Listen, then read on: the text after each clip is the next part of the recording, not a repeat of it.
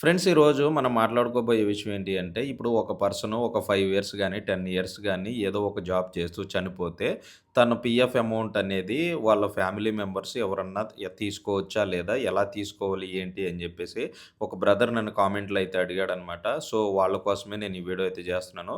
ఈ డౌట్ చాలా మందికైతే ఉంటది. సో, ఆఫ్టర్ డెత్ చచ్చిపోయిన తర్వాత వాళ్ళ నామినీస్ గాని, వాళ్ళ ఇంట్లో ఫ్యామిలీ మెంబర్స్ ఎలా తీసుకోవాలనేది మనకి అసలు ప్రాసెస్ ఎలా ఉంటుంది?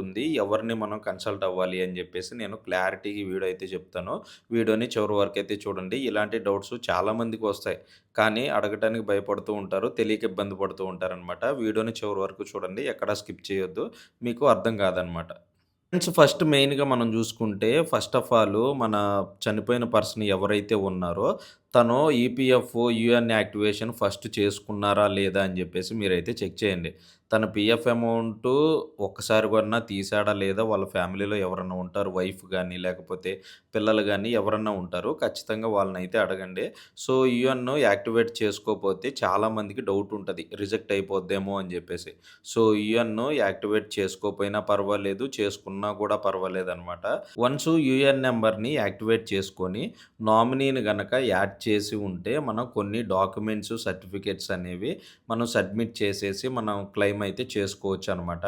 ఒకవేళ మనం నామినీని గనక అసలు యూఎన్‌ఏ యాక్టివేట్ చేయలేదు. సో, అలాంటి సిట్యుయేషన్‌లో నామినీని కూడా అసలు మనమైతే యాడ్ చేసుండం.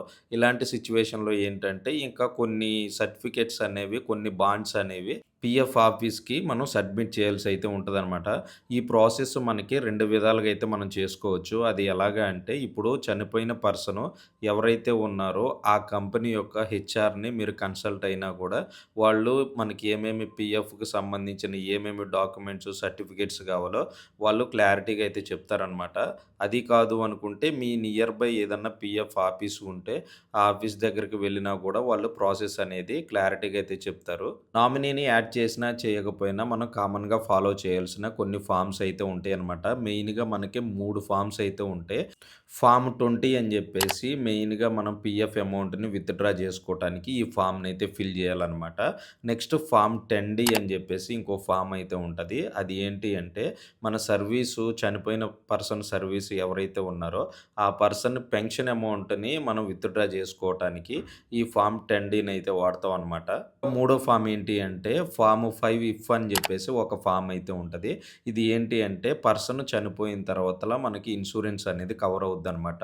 ఒక 2,00,000 నుంచి 7,00,000 వరకైతే మనకైతే కవర్ అవుద్ది. ఈ 3 ఫార్మ్స్ కూడా మనం ఖచ్చితంగా నామినీని యాడ్ చేసినా, చేయకపోయినా అలాగే మన యూఎన్ యాక్టివేట్ చేసినా, చేయకపోయినా గూడా ఈ సర్టిఫికేట్స్ అయితే ఖచ్చితంగా అయితే ఉండాలి.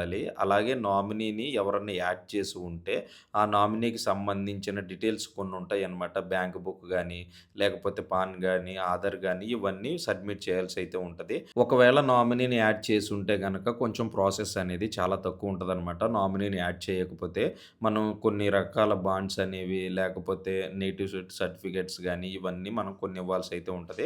కొంచెం ప్రాసెస్ అయితే ఎక్కువుండే అవకాశం అయితే ఉంటదనమాట. ఈ ప్రాసెస్ చేసుకోవటానికి మనకి మెయిన్‌గా 2 దారులైతే ఉన్నాయి. ఒకటి డైరెక్ట్‌గా కంపెనీ యొక్క హెచ్ఆర్‌ని మీట్ అవ్వటం.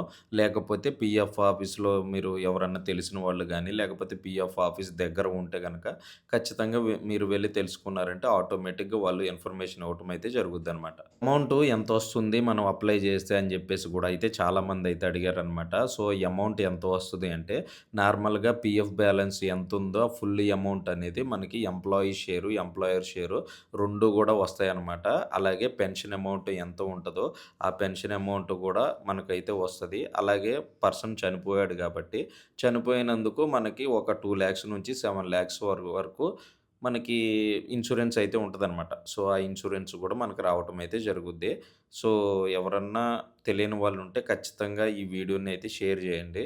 అలాగే ఈ అమౌంట్ మనకి ఎన్ని డేస్‌లో వస్తుంది అంటే, ఒక 20-30 డేస్‌లో అయితే ఖచ్చితంగా అయితే మనకి అమౌంట్ రావటం అయితే జరుగుద్దనమాట.